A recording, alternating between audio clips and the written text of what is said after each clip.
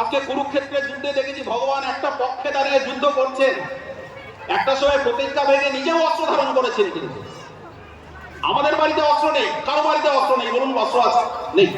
আজকে একটা আক্রমণ হলে আমরা কেউ নিজেকে আত্মরক্ষা করার মতো অস্ত্র কিন্তু আমাদের কাছে নেই। কেন? প্রশ্ন হচ্ছে কেন? আজকে ভগবান রামচন্দ্র তার পিঠে একটা ধনুক আছে, ধনুষ আছে।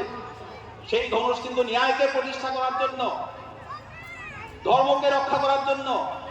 ভগবান শ্রীকৃষ্ণের হাতে একটা সুদর্শন চক্র আছে।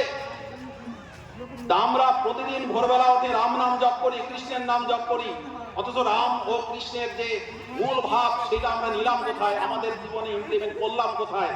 এই প্রশ্ন কিন্তু আমাদের করার সময় আজকে এসেছে। এই প্রশ্ন কিন্তু আমাদের আজকে করতে হবে। সেজন্য ভগবানের মূল ভাবটা নিতে হবে।